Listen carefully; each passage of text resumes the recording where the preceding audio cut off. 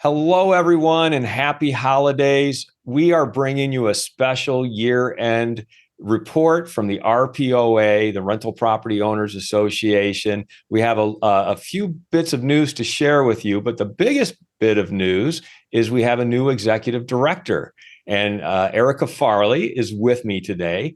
Erika, hello, and congratulations on being the RPOA's new executive director. Hello. Thank you, Brian. I appreciate that. I'm very excited about it.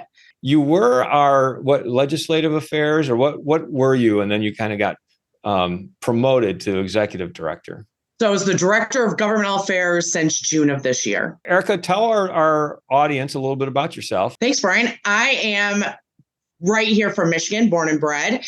I am a mom of two 19-year-olds who just went off to college this year, and I'm a graduate of James Madison College at Michigan State University, which is a point of pride for myself. And then I served in Lansing in the governor's office, in the legislature, as chief of staff for a senator for a little over 20 years. And then I went into the private sector, representing people, consulting on political issues and government affairs issues and doing lobbying.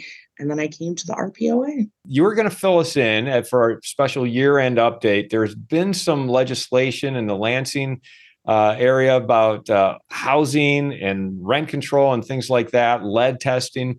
Can you just give us like a little year-end summary of where we are in that process and some of the victories that you've been able to help us achieve? I think a lot of people know that there has been a lot of changes or attempted changes in policy for rental housing. In Grand Rapids in June of this year, the City Commission passed a new ordinance that would start a new lead dust testing for the city for all rental property owners starting January of next year.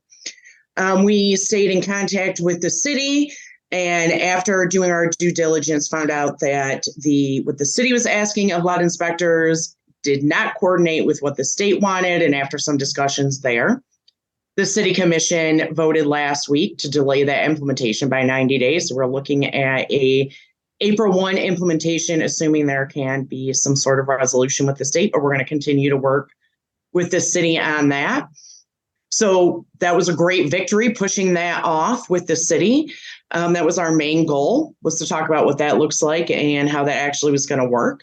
And then one of our big victories was in Lansing. So there were over 50 bills introduced between the Michigan House and the Senate that dealt specifically with rental property housing. Only one of those bills passed and was signed by the governor this year, and that was the one bill that we supported. And so we see that as a great victory of delaying those bills and stopping those bills along with our coalition partners. Anything on the horizon in 2024 that you want to mention, like things we're looking out for?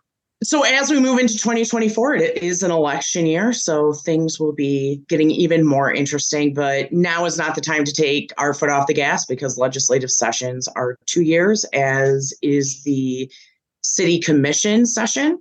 So we still have to keep an eye on what we're doing and what the legislature and the city commission are doing moving forward. Because just because this year's ended and those things haven't moved does not mean that they're not going to try to move into the new year.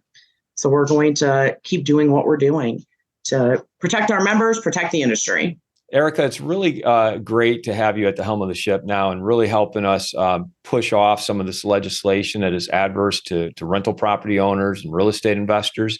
You've done a great job just this past year of taking what could have been a tsunami of bad legislation and helping keep that in perspective.